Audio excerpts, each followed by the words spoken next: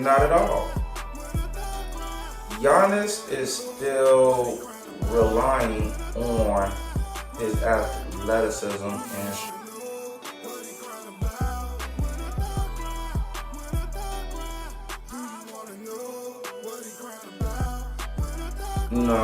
in the early 30s. It's time to start doing that now. So when you are 50 or 60 and you got a couple billion in the bank, now you could live comfortably and not have to worry about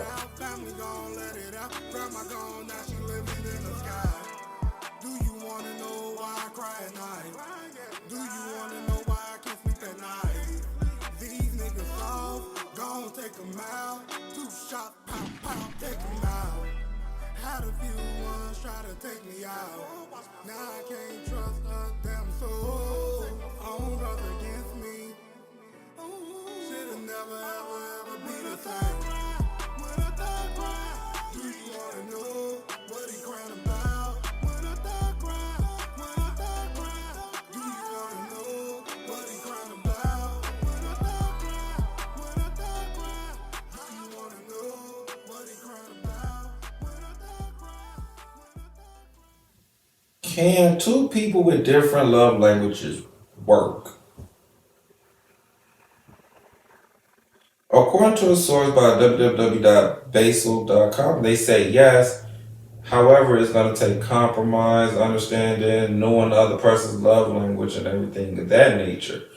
I'm going to go out on a limb and say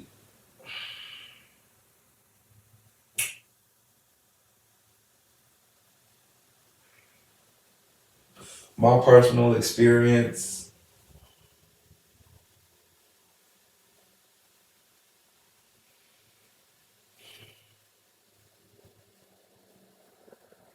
It's tricky. It's tough.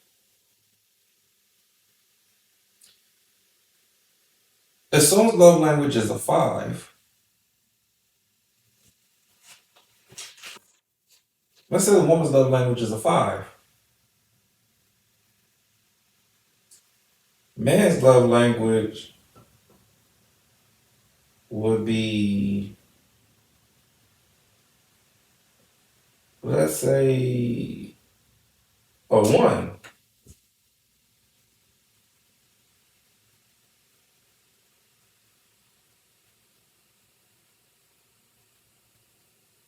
According to these terms,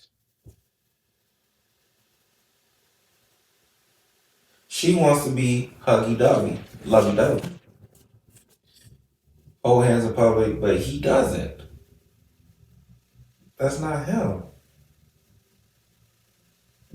He's the type he wants to be complimented. He wants the praises, the recognition.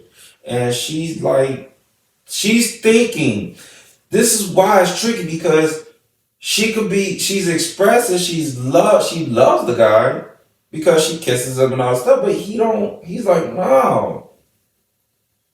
He may not feel that love because she's not saying you know, how much appreciative he is in a relationship because he's a one, she's a five.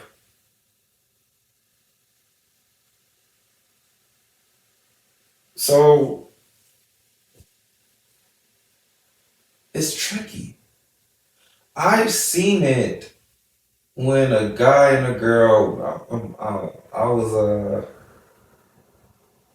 I did live years back, and the guy was like, I guess they met on Tinder or something. They met online dating. First time they went out, white couple,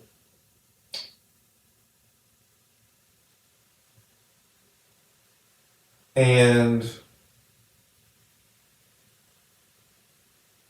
they're arguing in the back.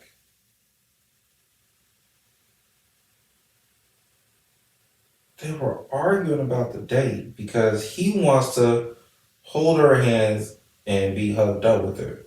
She didn't like that. So she was like, just because I don't like being lovey dovey with you didn't mean I didn't appreciate the date. He's pissed. He's like, I'm just gonna drop you off because I'm like, I'm trying to show you love and stuff. She's like, but that's not how she was receiving the love. So they asked me, of course, throw me in a fret, right? I was like, that's probably not her love language. You gotta understand what she values as love.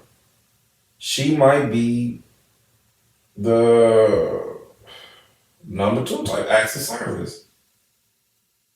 You know, lending a helping hand, cooking, running errands, stuff like that type of person, helping out when she needs help. She might be that type. She's not the touch type, the number five type. She might be the uh I would probably say like the number one type, the compliment type, you know, verbal praises, compliments, and expressions of appreciation.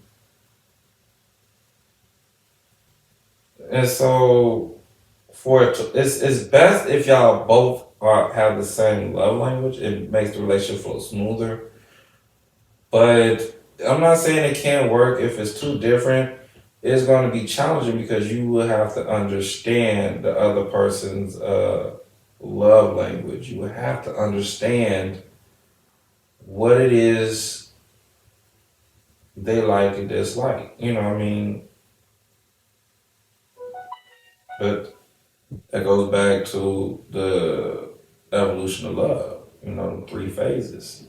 Once you get to that, get out the second phase into that third phase, it's it's just basically y'all figure out the conflict and y'all work it out.